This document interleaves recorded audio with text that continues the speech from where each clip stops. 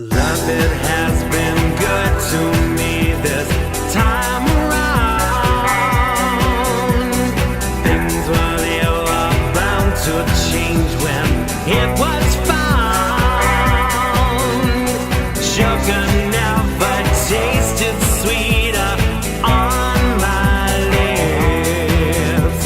My heart is now intact and I can find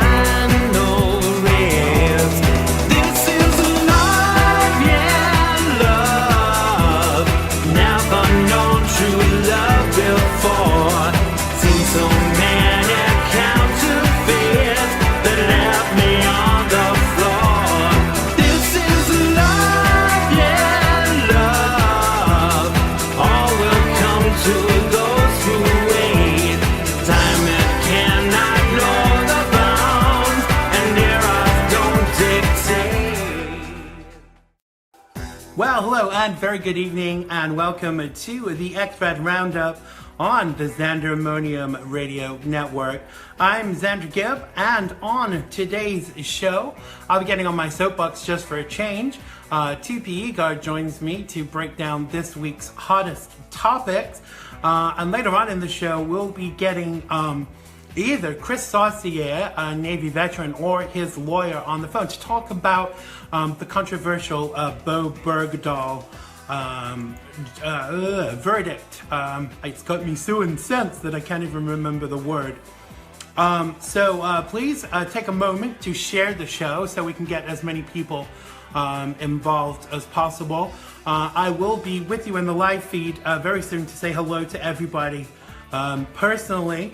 While I just share the show, if you could do the same, that would be great. So much to talk about today because it's been a very interesting news week from many perspectives. And of course, we have anniversaries this week that I'll be talking about in just a little minute. Wow, the Asian tour, which makes me laugh that the media talk about it in such terms as if Donald Trump is a rock star, and of course he is a rock star to us, but I love the way the media have termed it, the Asian tour.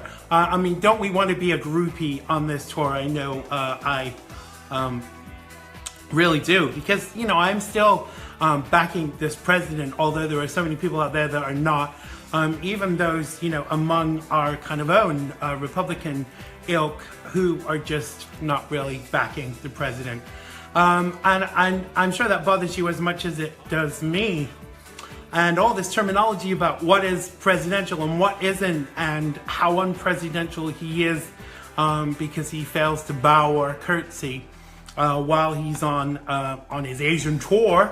So we'll play that as a drinking game tonight. Every time I say the phrase Asian tour, you can take a sip of whatever takes your fancy. And if you're in AA, make sure it's Coca-Cola or something non-alcoholic. So I can see you're sharing the show out there. Please continue to do so. It's great to get as many people in as possible. I'm working with a voice coach and someone who's helping me with my presentation skills for on camera. And one of the things I'm trying to work on is to stop saying the word So every time I say the word you can also take a shot of whiskey or whatever you would like. See, I did it again. Or whatever you would like to take a shot of. Oh yes, siree. Wanted to take a moment just to mention the so-called Democratic victories. You would think that, you know, they'd won, you know, $50 million on the lotto this week, when really, hi Julio, my brother, hope you're doing good over there, when really they didn't do anything. I'm gonna come to the live feed now and say a few hellos. Hi to, yes, indeed Julio, fuck them Dems. Hi to Nick, hi to Janie, hi to Daryl, hi to Camille, who says it's a snowy and rainy Thursday. It's pretty rainy here in my undisclosed location. Hi to Raymond, hi to Jean, hi to Camille, hi to Lee, hi to everybody else that's in the live feed but not joining in. What are we talking about? Well, we're going to get there in a second. Here we go. So there are trolls already in the room. So I want some of you to be my troll protectors tonight. So give them as much grief as you would like to. Hi, Linda. Hi, Joe. Make sure you give them as much grief as you possibly can. Oh, yes, Siri. Well, now it's time for my soapbox. And I wonder if you can guess what it's about this week, because I alluded a little bit to it in the preamble. Yes, getting my teleprompter to work. So 1 year ago this week, two very significant things happened in the history of our great nation that both deserve equal celebration. On the one hand, Donald J. Trump, you're fired. Yes, that Donald J. Trump, at the chagrin of some and utter surprise of others, became the president of these United States. Maybe not the most qualified person, but certainly experienced in the field of business success. Now, his running for office surprised many, including myself, and as a cruiser, I was totally not prepared to back the Donald. He was a nasty person who had a cruel persona, surely not presidential, right? Well, actually, I realized that this is what he was putting across, a persona for the TV show that did so well, and people believed that it was true. Now, the moment he won the nomination, I knew it was imperative to put my considerable weight behind him and support the Donald. Now, those of you who are regulars to the X-RAD show will know how difficult that was for me initially, but I became one of his fiercest advocates. Now, whilst I have as yet not been invited to the White House, I know you're watching Donald and Melania, so, get on that blower. I look forward to her, Melania, digging out the best china for a cup of tea with the Gibbster. Now, in equal veracity, we have to celebrate America's greatest near miss. America spoke and said no thanks to Hillary.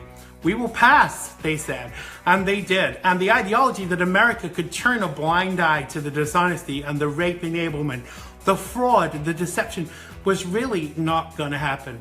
Now, I took part in reminding individuals on social media of her misdemeanors, as it was important to ensure that this woman did not become our nation's leader.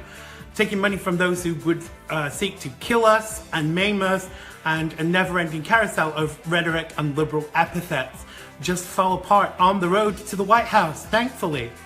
Now, her health was called into question on a number of occasions, and was her ability to tell the truth.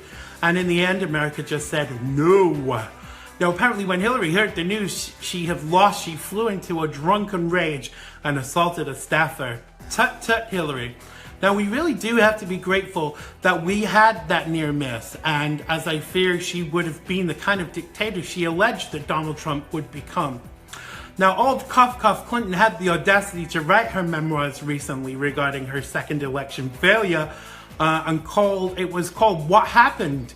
Now, in simple terms, Hillary, what happened is that you lost. America spoke at a pivotal time in our history. Now, all of the polls that told you that Donald Trump could never win are the same ones that are telling you now that he is at a low approval rating. Now, I predict that this rhetoric will take the Donald to his second election victory term, should he wish to partake in this thankless task. So, happy anniversary to the Donald, and Hillary, stand down. That was my soapbox for this week. If you'd like to come on your soapbox, come and get on your soapbox even, you can send me a private message and we will set that up. Hi, Justin. How the hell am I? I am wonderful. You're not too late at all. Hello to Lewis.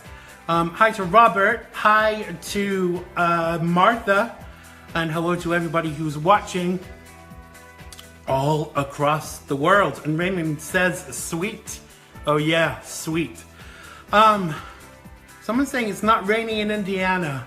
Oh, Nick, and her hair dried in less than 6 hours. Look at my hair, my hair is like a frisball tonight.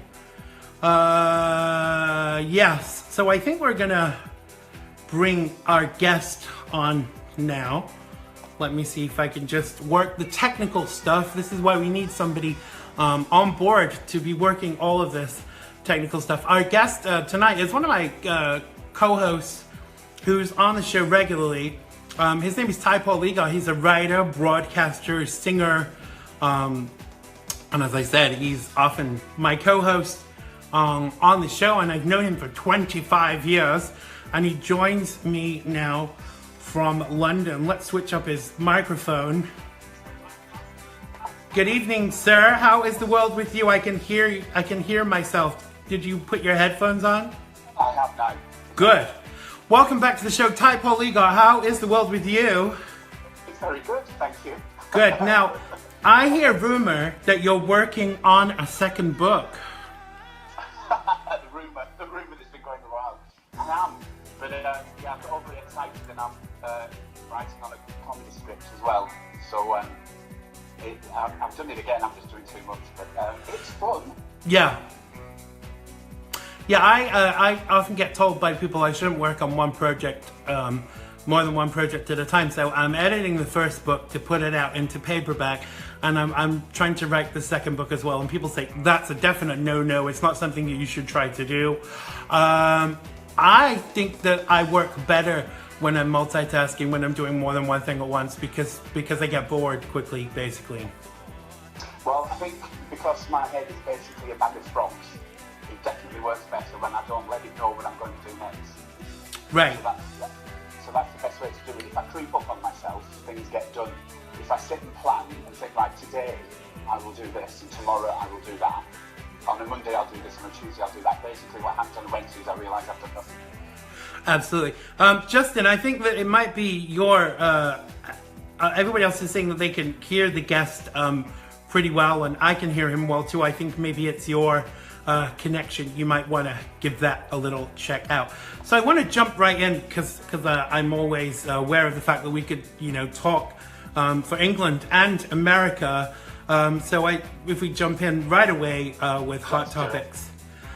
So with the slurry of sexual assault allegations in Hollywood, the latest actor, Charlie Sheen, to be accused is denying accusations that he sexually assaulted Corey Haim during the time the two were working together on the 1986 film Lucas.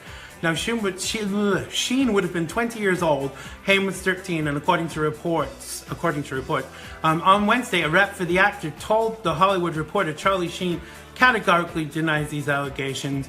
Now, the statement comes in response to a report from the National Enquirer in which Haim's friend Dominic Brassia claims that the late actor told him about the sexual encounter with Sheen. Now, the story subsequently had Sheen's name trending on Twitter. In his memoir, can't talk tonight. In his memoir, Choreography, Corey Feldman also reportedly wrote about Haim, saying he experienced a sexual incident with an adult male while working on Lucas, though he didn't name the person. Feldman's currently doing a crowdfunding campaign for $10 million on Indiegogo to support a film to expose the long-running Hollywood pedophile ring, of which he says he and Haim were the victims. Now, Haim's mother basically said she's dubious of Feldman's fundraising campaign to name abusers. She called it a long con and said it's been talking about naming names since Haim died of pneumonia in 2010. If he was serious about this, he'd share the information he has with the police. Now, it came to light today, or even this week, that, what's his name? Kevin Spacey had just lost out on a movie because of the allegations against him. Now, some people are saying it's not fair to continually punish people that have done these kind of things, but is it really punishment when they've never been punished anyway? Do you know what I'm saying? Well, I think I agree that it's not right to release people's names without any evidence. I don't think that's fair, because if you won't do it to the general public, they think it's only okay to do it to famous people. But with Kevin Spacey, I think we're fairly well established that they're not allegations, it's true. And the first thing he did to try and deflect it, like some kind of magician, was say, "Oh, I'm gay." Like the world will go, "Oh, well, never mind, bless him, he's gay," which is why, of course, the gay community went nuts. But he's just been completely cut out of the film and replaced by Christopher Plummer. So I don't know what age he was playing, but I think Christopher Plummer's about 110, so God only knows. But that was Ridley Scott. So I mean, his career is over. But to say, but also I think we've got to be careful as well, because what I have realised, because now I go, Hello, we're losing you. She's basically become. Ty, I don't know what's happening, but you're going in and out. So, can you hear me? Have I lost you?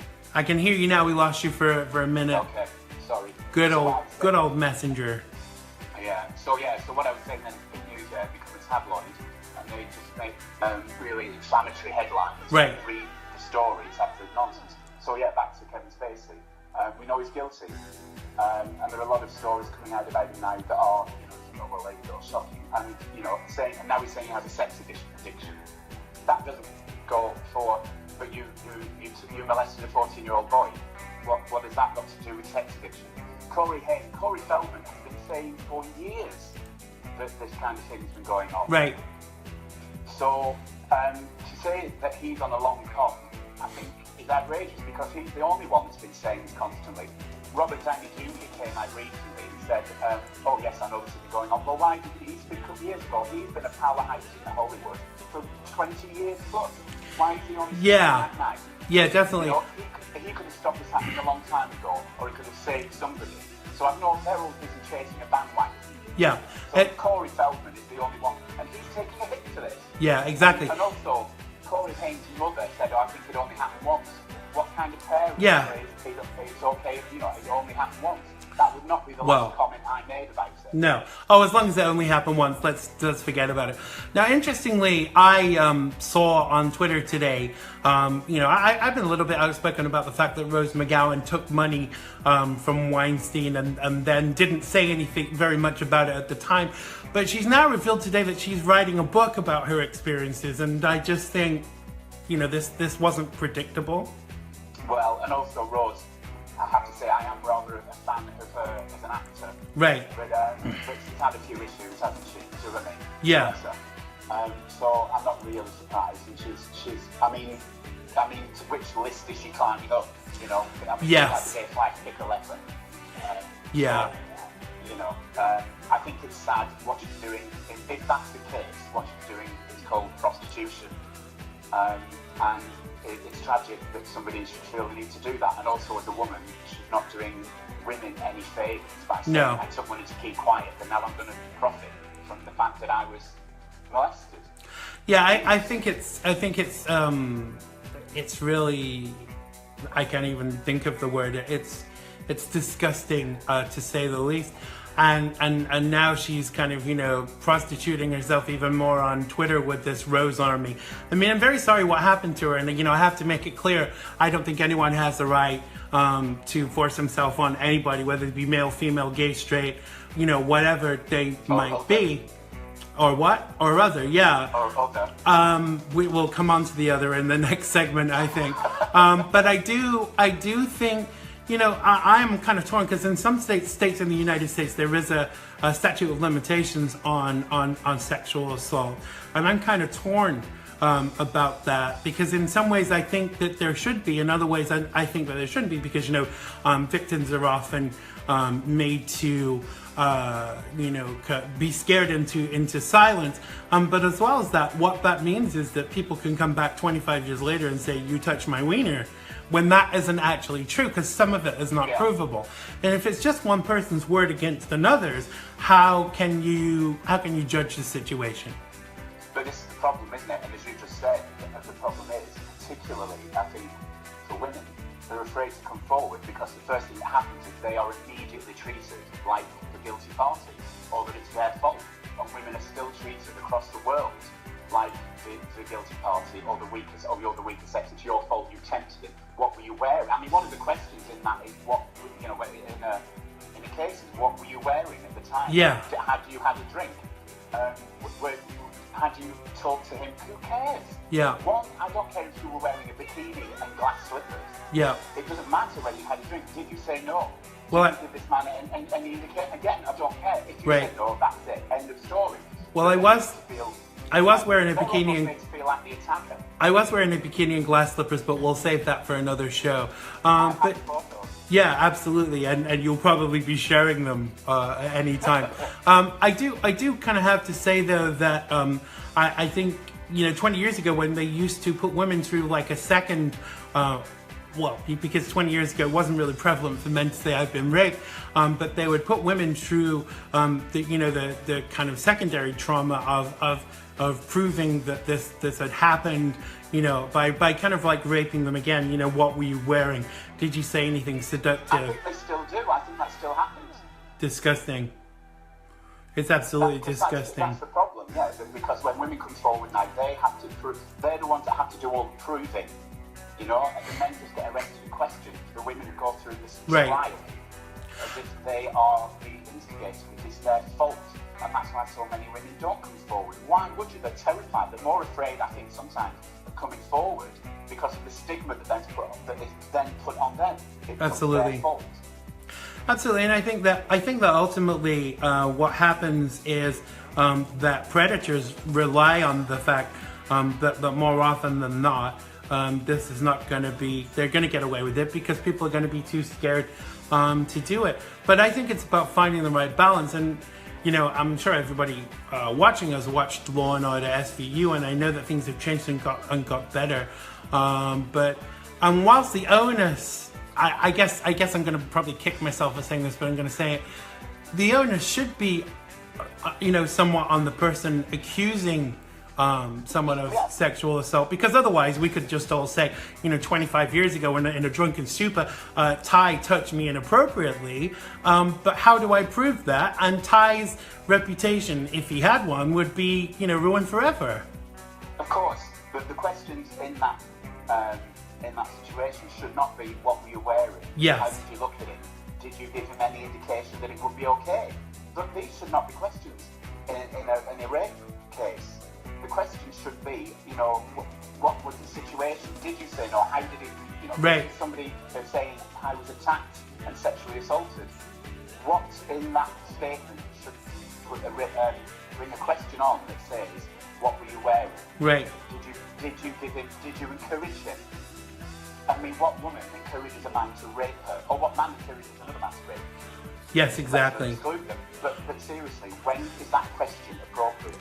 I don't think it's ever appropriate, because I think that ultimately, if a sexual act has been committed without consent, then it needs to be challenged. I just want to come to the live feed, because we've kind of not really paid a lot of attention to them. Robert says, everyone has the balls to sing now. I am not defending the rape, but I'm questioning the culture of the leftist in Hollywood. Your dignity comes with a price. I'm guessing it does.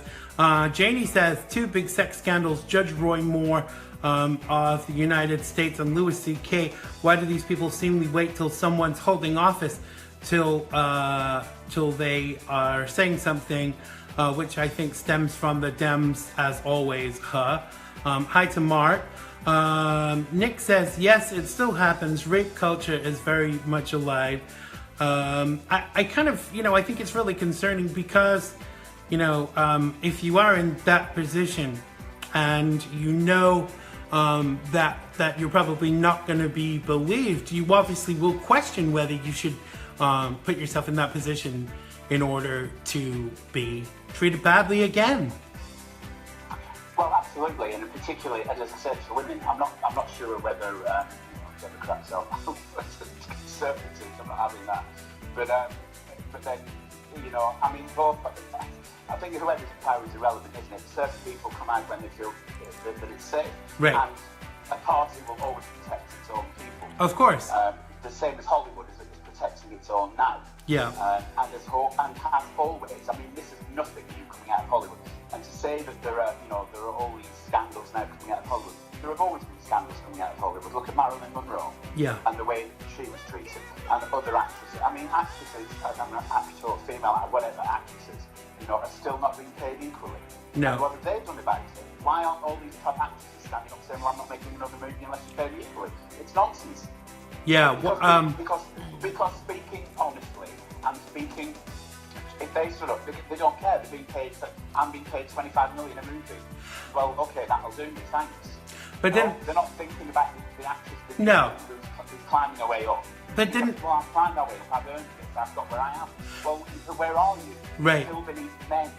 Exactly. Metaphorically and physically, you know. Didn't Patricia Arquette last year or the year before stand up at an awards ceremony and talk about, you know, equal pay in Hollywood? And she was kind of like shouted down about it. People were saying, yeah, but you still take your $2 million a series or whatever it is.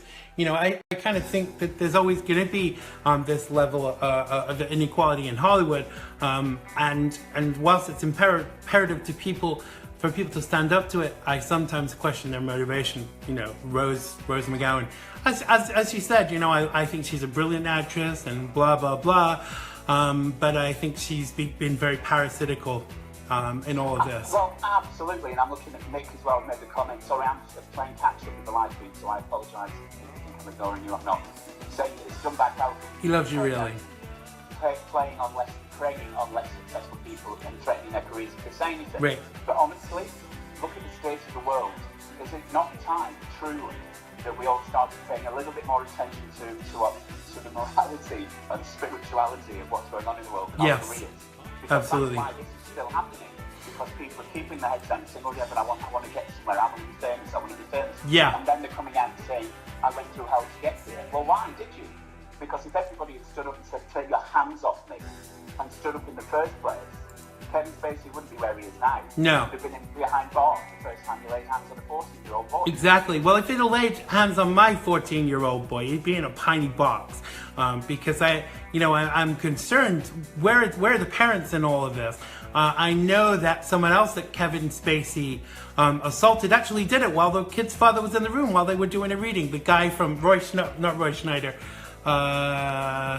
The guy from Jaws, anyway, one of the guys from Jaws, the movie Jaws, and so if you can do it while someone's parent is in the room, what the hell does that say about you? I could talk about this forever, but I want to move on to the next topic. Are you back? Hello? Hello, I'm so sorry about that. Don't worry, it's this temporary studio we're using as well. We'll get back to normal very soon. I want to jump to the next topic. Democrat Danica Roem made history yesterday by winning a seat in the Virginia House of Delegates, making her the first openly transgender person to be elected to the legislature and one of the first out trans people to be elected to any legislature. Try saying that when you've had a drink. In the U.S., Rome's legislative priorities are set to include improving transportation, both highways and mass transit, to facilitate economic development in the district, which is part of the D.C. metropolitan area, and better boobs for trannies. I'm joking about the last bit, of course. I am a comedian, I'm allowed to do it. She said Marshall had neglected the district's need to instead focus on an anti-LGBT agenda. He led the efforts to ban same-sex marriage in Virginia and sponsored a bill to restrict trans people's use of public restrooms. It even would have required personnel to out trans students and their parents, and it did not pass. Now, the first thing I want to tackle with this, I'm not sure tackle is an appropriate word to use, really, but for me, I still can't get away from this. And we've been political for probably all of our lives, you and I, Tyhe. Forever. And we've always stood up for the rights of individual. We fought for the LGBT, ABCG community when it was just the gay community. And we both believe in the inherent rights and dignity of all individuals. But I still can never move on from this ideology that if you're born in the wrong, say you're born in the wrong body and you're an adult and you get your bitch chopped off and you become a miss from a mister, why then do you still have to be known as trans? Surely if the ideology was just to become a woman, everything else is just political. Now I want to get your thoughts on that before we talk about the fact that this is an openly trans person in public office. Okay. So, I'm echoing on that. No, I can't hear you echoing. No, I can hear you. Oh no, I can't now, that's still. Right, so here we go. This is why, right, I've been educating myself, because as you know, I have a bit of a problem with the trans community right now. Right. because they're just coming a tad too needy for my liking. Yeah. But become the transgender, as far as I am educated, because basically, and this is going to go down like a lead balloon, they can actually never become women. No. Or men. So they're always trans. Because genetically. They will always be, a trans woman. Right. They cannot be biologically a woman, and a trans man can right. be biologically a man. So they'll always be transgender.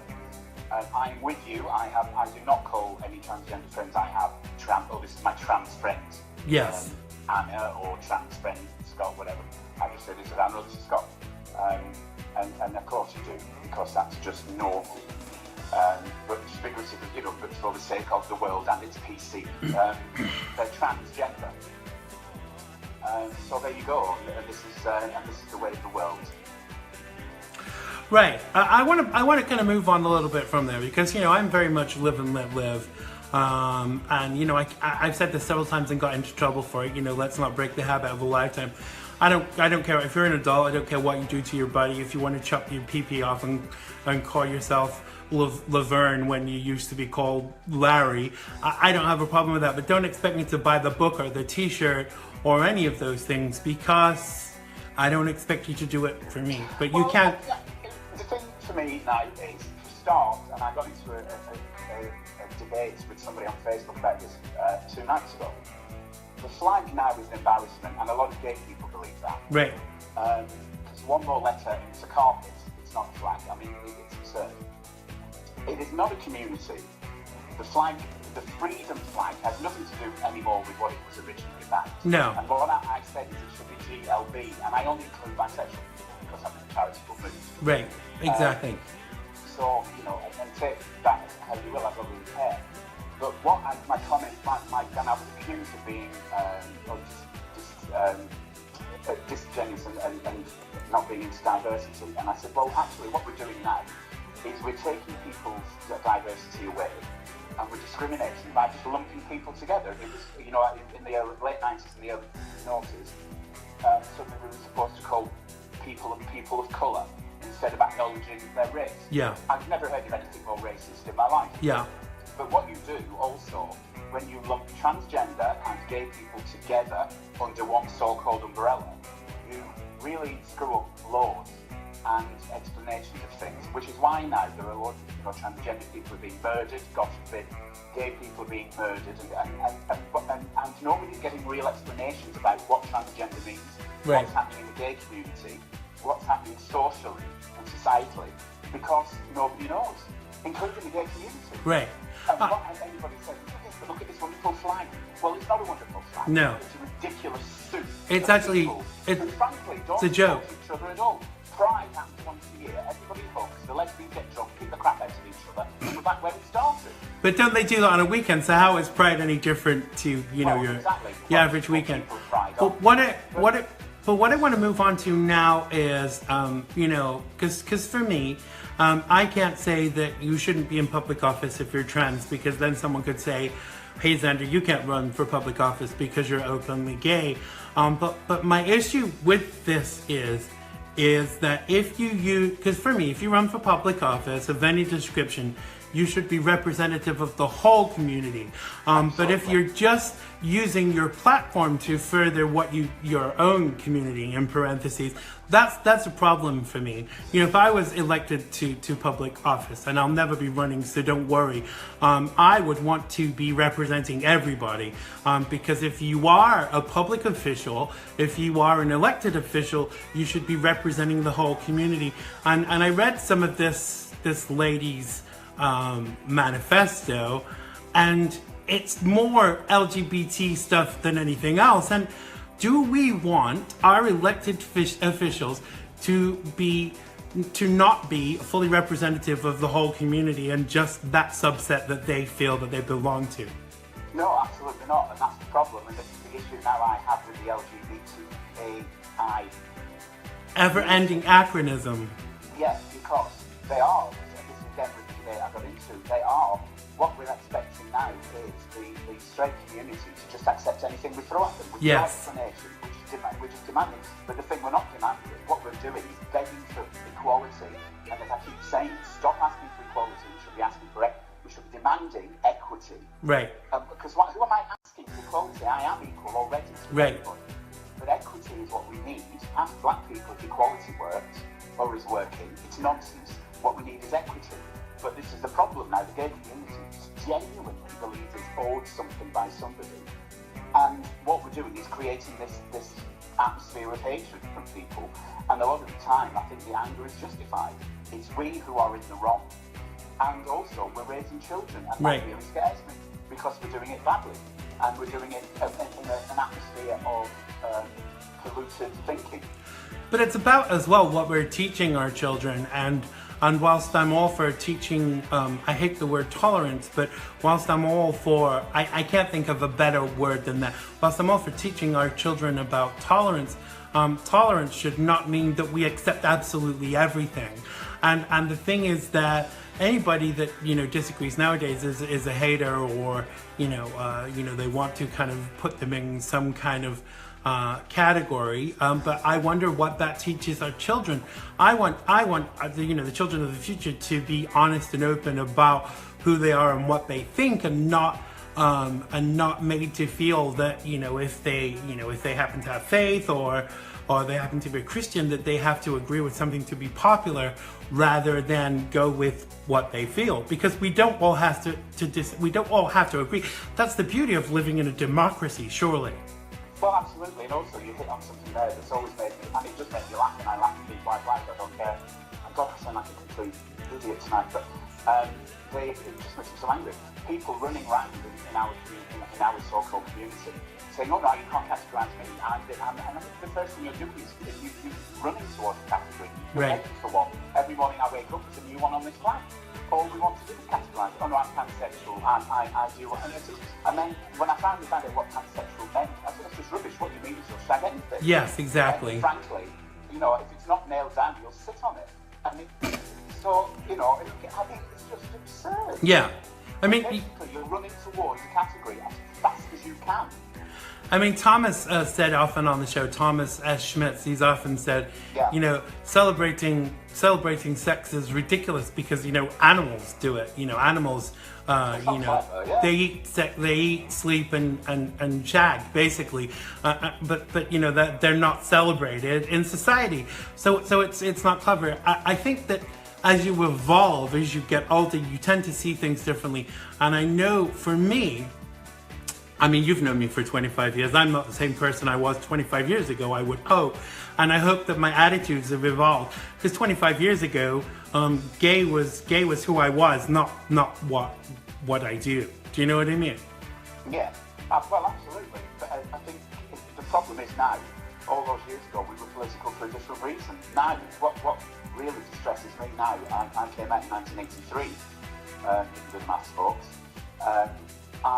We were fighting for freedom. Right. And now we're fighting for freedom again, but for the wrong reasons. Yeah. And we're fighting almost against ourselves, and we're not listening to each other. And as far as the sex goes, look at Gay Times and magazines like this. We're obsessed with, young model takes his clothes off, look at his package, look at this, look at that. And we're raising children in the middle of this. And I think, really, what would you do? So you would just throw a floor mat down in the middle of the living room and let your kids wander around with it? Well, which I'm sure, of course, we wouldn't. But why is our culture not changing at all? I think that there are certain elements of the community that want us to kind of stay where we are. I was on a radio program last year around the time of Pride, and the first thing I was asked was, I do a lot of radio shows and TV shows, and everybody wants to talk about the fact that I'm gay, and to me, it's the least interesting thing about me. But I was on a show and it was near to Pride, and they wanted to know if I'd been to Pride, and if not, why not? And I had to say, just for me, it had lost its meaning. If I want to go and see people with their butt hanging out, I'll go down to the village, I'll go down to a bar in the village. I don't need to go and have a celebration to see that kind of thing going on. But I still think it's a part of evolution as an individual, but unfortunately the community has not evolved to the same level as maybe you or I. Well, I suppose that's been part of Pride for a long time now, isn't it? And that's fair enough, express yourself how you want, but don't forget why Pride is there. because every day we see white pride pizza stay there. You know, to use a political term, our brothers are being murdered and tortured in Chechnya. I mean, pop stars are being murdered in that country. Right. So if you're not safe with that kind of lifestyle, then you're not safe anywhere, are you? You know, if you're talking about Hollywood, can you imagine what would happen in America if suddenly we found out that Justin Bieber had been dragged out of his home and tortured and murdered because he was gay? Right. I'm not suggesting Justin Bieber's gay, I'm just going through, obviously, a big star. Leave the Biebs alone, Ty. Oh, you're welcome to it. You know what I mean? The point is, we're so busy shouting about, whether what you can call a transgender woman in the privacy of her own home. And I'm not saying, of course, she should be protected, but that's a human rights issue, it's not a gay issue. Right. What we should be focusing on right now is, yes, we should protect people's human rights, but we should also be looking at those people who are being murdered and tortured in other countries, including our own. You know, and why, as a gay man, should I be focusing all my attention on some transgender woman in Alabama who keeps shouting about why she's not being called a real woman? Yes. My brothers are being murdered in another country. I'm Absolutely. sorry, sweetheart, you do not take my priority. Wow. You know, grow up and fight for yourself, by the way, because I had to. Get your own bloody website. Yes. Get your own, I mean, they've got their own flag now. Go out and burn that. Yeah. Yeah, burn it with your bra, but I'm sure you'll need that. I want to move quickly on to the last segment with you, Ty, because this was one that really kind of spoke to me this week. What did the Queen of the United Kingdom, Bono, Jeremy Corbyn all have in common? They all, of course, find legal ways to pay very little tax. Now, a massive leak from a Bermudan law firm has revealed how several of the world's wealthiest companies and individuals have been taking advantage of complex multinational schemes to avoid paying taxes on their income. Now, the document and emails, which number more than 13 million, have also, they weren't on Hillary's server, by the way, have also demonstrated the financial reach of two Russian investment funds which are closely linked to the government of the country's president, Vladimir Putin. Among the individuals mentioned in the documents are singers Bono, whatever his name is, Madonna, Queen Elizabeth II, and Commerce Secretary Wilbur Ross, like Jonathan Ross. Several prominent companies were also named, including Apple, Nike, and Uber. All of them, via their investment advice, utilized various series of shell corporations and multiple companies to structure their investments so that the income they earned in high-tax nations would be redirected to low-taxed ones. Now, the thing is, for me, what they're doing is within the law, but obviously what that does is that prevents services, essential services from getting that money, schools, healthcare, etc., because they've decided they'll utilize this loophole to save money. Yeah, and also, I mean, I don't think Bono's actually paid tax since 1975, but it just makes me sick when people talk about, it's just real people and fake people, isn't it? And when you see the state, again, we're talking about the state of the world, and then all you do is turn around and you listen to these people digging holes. Although I have to say, again, a conversation I had, what happens when you have governments whose only way of trying to make money is taxing people because they've had success, and they'll say, well, we're going to tax half, we're going to take half their money from them because we're too born idle, we're too lazy to do anything about anything. Then you can't blame people for looking for tax havens, because why should they pay half their money to a government who can't be bothered? All they know is doing exactly what you're talking about now. It's also avoiding paying tax. Right. On the other hand, of course, you know how this goes when you start earning money, so find ways of making more. Exactly. But tax havens are, it just gets on my nerves. And why is it a loophole? Because you know the reason it's a loophole that they haven't closed. Anytime you find a loophole, you know that the government are using it. Of course, and people that have brought those loopholes into reality, or obviously brought them in so that they can use them themselves. But I want to question for a second, because we've only got like a minute or so left, the morality of this and what it actually takes from society to be funneling those funds elsewhere when they could be helping. Bono said this week that he'd done nothing wrong, and whilst technically legally he'd done nothing wrong, but what about morally, Tyhe? Well, absolutely, and it's also, I mean, but he's been caught before, so as well. So to say I've done nothing wrong, well, no, you haven't. But why? Okay, so all that money you're saving, you've done nothing wrong. What is it you have done lately? You know, what are you putting back in? Yeah. So that's so fantastic that you can justify looking for these, because you went looking for this, or you paid somebody to go looking for it. You didn't just trip over it on the Yeah, street he did. and go, and say, oh my God, look at this, I think I'll use it. You're actively looking for these things, Santander didn't send you a letter saying, we found this, we thought you might quite like it. Yeah, exactly. So there's a darkness to it. There's an act of I don't know. It's almost. I don't know. The word won't come. There's a word. Exactly. For me right now. It's like lying by omission, isn't it? Do you know what I mean? It totally I haven't is. done anything wrong, but But there's something wrong in what I've done. Right. But my final question to you is, Tyhe, is do you think that this will have a knock-on effect? Do you think people will say, I'm not going to buy your records, Bono, because you're a dishonest bastard? No, because we found out years ago that him and Bob Geldof hadn't seen a tax return in 20 years. Right. And nobody cared. Do you know what I mean? Because Yeah. people don't. It's like talking about, again, with Hollywood, people will put up with something so they can climb the ladder. So no, nobody cares. And no, I mean, people just stream things now anyway. But no, people won't care. That's the problem. We don't. We forget. We turn around. It's like Shiny. We turn around and we forget what we were looking at. It's a tragic world we live in. Absolutely. We've come to the end of our time together, Tyhe. You know what it's like. You and I could talk all night, especially if the vino is flowing. But tell people where they can find you, where they can follow you, and find a little bit more about you.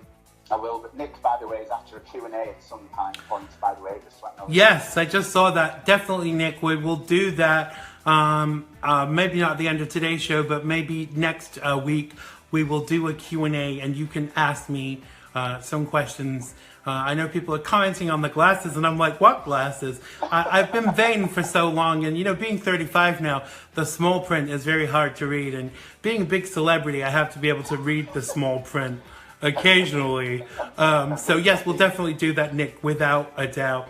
But tell people where they can find you, Tyhe, and where they can sign up to be on the shortlist for your next book. You can find me on Twitter at Egar, which is TYHEPAULEGAR, capital T, capital P, capital E. Or you can just go straight to my website, which is tpegar.com. Yes.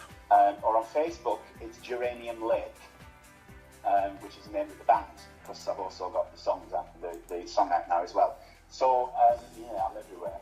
Absolutely. Next time we have to be sure to play your song, and maybe we'll get Jim to come on for a little bit too, and we can talk about the music. But for now, thank you so much to my brother, or should that be sister, Mr. Tyhe Paul Egar. Thank you so much, Tyhe. Take care. Have a great weekend. Bye-bye. You too. That was Tyhe Paul Egar. Make sure you check him out at tpegar.com. That's T-Pegger. We will share the information after the show. Yes, Daryl, that does make you 24, you young thing. Yes, it does indeed. So I'm gonna see if I can bring on our next guest now, who is Christian Saucier, Navy vet, who was jailed for having 6 selfies on his iPhone that he took on a 40-year-old submarine. He got a year in prison and lost all his benefits and all of these things. And as you probably know, Bo Bergdahl, the deserter, who Barack Obama swapped 6 top Taliban for this deserter, and 6 people died for this asshole. Can you believe it? He didn't get any jail time, and he's now claiming he should get his back pay. Now, I want to see if we can bring on my good friend Chris right now to talk a little bit about this. So just forgive me while we work out the technology.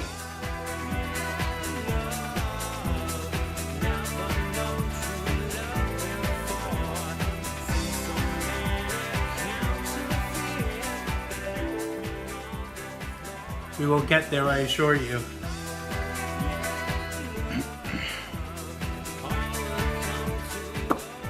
We are trying to get through. Let me put this on mute and I can continue talking. All right, let's try once more. So while we wait for Chris to pick up, let's do what Nick suggested and have a little bit of Q&A. So feel free. In the time that we're waiting, I do need an assistant. I need a team of people. So there you go. While we're waiting for Chris to call, we'll try Chris again. Let's do a little bit of Q&A. Come on, Nick, you suggested it. What's your question? Hi to Dan, welcome to the show. We're just waiting to speak to Christian Saucier, Navy vet, who favorite place to have pizza in New York. Oh God, that's a hard question. That's like saying which is my favorite Beatles song. Anywhere in the Upper East Side, it has to be authentic pizza. Thick like brick oven kind of stuff. I love pizza, so as long as it's good quality pizza, it's fine with me. No free adverts. Nick says, I'm wondering about your free time. You seem like such a cool guy. Well, thank you. I've never been described as a cool guy. Really, I never stop. I'm a guest editor this week for the Reactionary Times, and so you can go and check out what I've been doing there. I write. I'm also writing a book. I sleep a lot because I think as creative types, really need to get a lot of rest. But I also like cooking. I like eating too, as you can probably tell. I like watching trashy TV. I like things that take my mind off the real world because I think it really gets to you when the world gets too serious. I'm just going to try Chris again. All right, we've probably got time for one more question.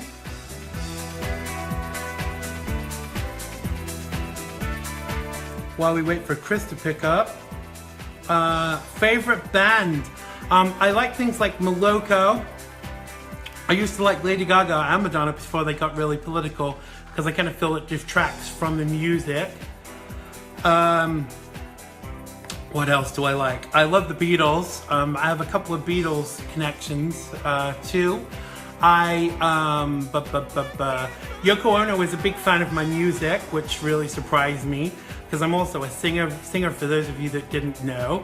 And I have an album out there called The Platinum Prequel. We'll play, that's the song at the beginning and the end of the show. That's from my album, The Platinum Prequel. My other Beatles connection is I used to date someone who went to school with George Harrison's son, and I met Danny Harrison at a party and didn't know who he was. So when he asked me if I liked the Beatles, I started going on about my knowledge of the Beatles and made myself look really silly, because there I was talking to one of the Beatles' sons. So yeah, it's like, it's very hard to pick specific favorites because I have so many. Yep, that song at the beginning and the end of the show is called This Is Love, and it's on the album The Platinum Prequel. If you go to xandergibb.com, you can see it there. And you can also, there are some videos on the website as well that are videos from the songs on the album. I don't know if this is going to work now with Chris, but I'm going to try him once more. And if not, maybe we'll give his attorney a try.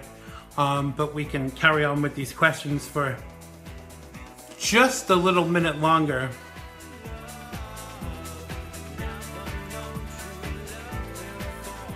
Okay, yeah, it has been played on the radio. My album was out a few years ago, and it was in the top 100 in the United States. I never got to number one because, you know, not enough of you bought it, so you better buy the next one. How often do I do the show? I only do it once a week now, but it will be back to 5 days a week soon when we get sorted out with the studio. Now I'm just gonna try and see if we can get Chris's attorney. That was a little Freudian. Let's see if we can get Chris's attorney, Ron Deigel, on the phone.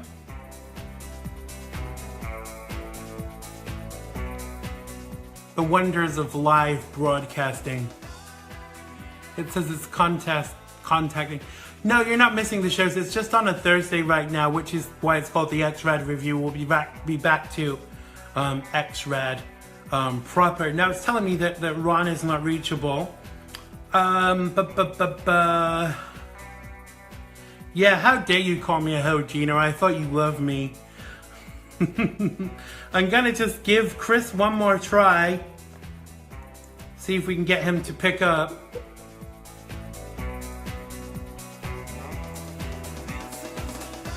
I don't think this is gonna happen with Chris. It's a shame because, as I'm sure you can guess, Chris is pretty pissed about the outcome of this, where this deserter, Bo Bergdahl, who was basically, you know, a deserter.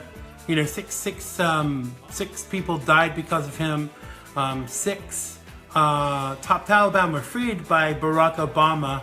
Funny this number 6 keeps coming up with regards to Bo Bergdahl because it is the mark of the beast. I think we're going to have to give up on Chris. We'll try and get him back next week to talk about that.